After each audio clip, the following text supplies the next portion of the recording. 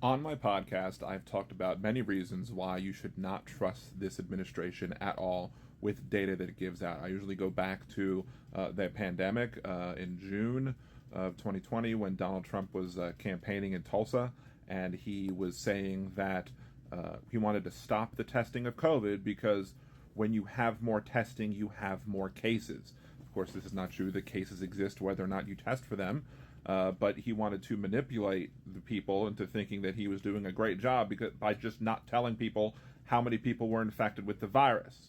So, many reasons to not trust this administration above and beyond that. But here's the most recent one, and that's all the reporting as it pertains to the budget and the so-called budget surplus that we had this past month in June of 2025. I was all prepared to come at you with statistics about, the worth of the dollar, and it's still relevant because this is how the dollar has fared over the course of the Trump administration.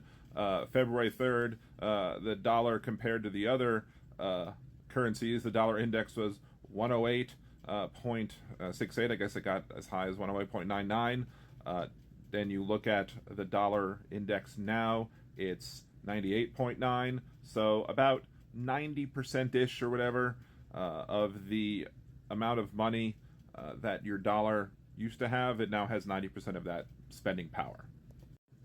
Now, ignoring the rest of this screen for a second and the highlighted number of 527 billion, we had 527 billion in overall federal receipts for June of 2025 because of the increased tariffs. And so the White House is claiming a win. This is a win, ignoring the fact that the people who are taxpayers in this country, the people who are paying the taxes are the consumers, not the other countries like they want you to believe.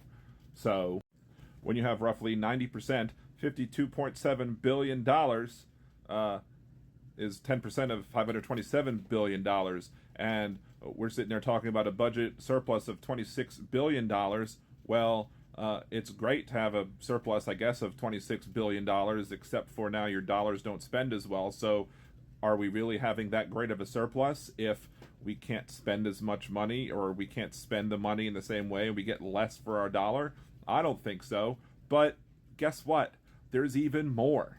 So if you read the fine print, the federal government ran a monthly surplus of $26 billion in June. However, this was because the government payments that were typically due June 1st shifted into May this year, as June 1st fell on a weekend.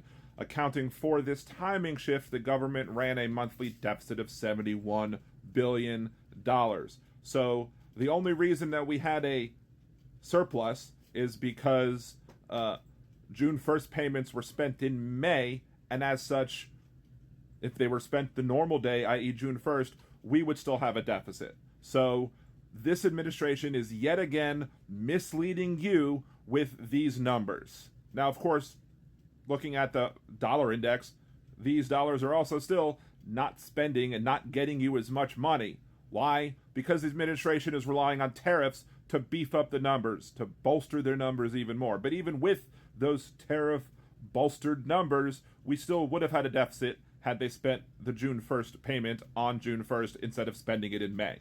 So this is just another reason why you should not believe anything coming out of the mouths of this administration.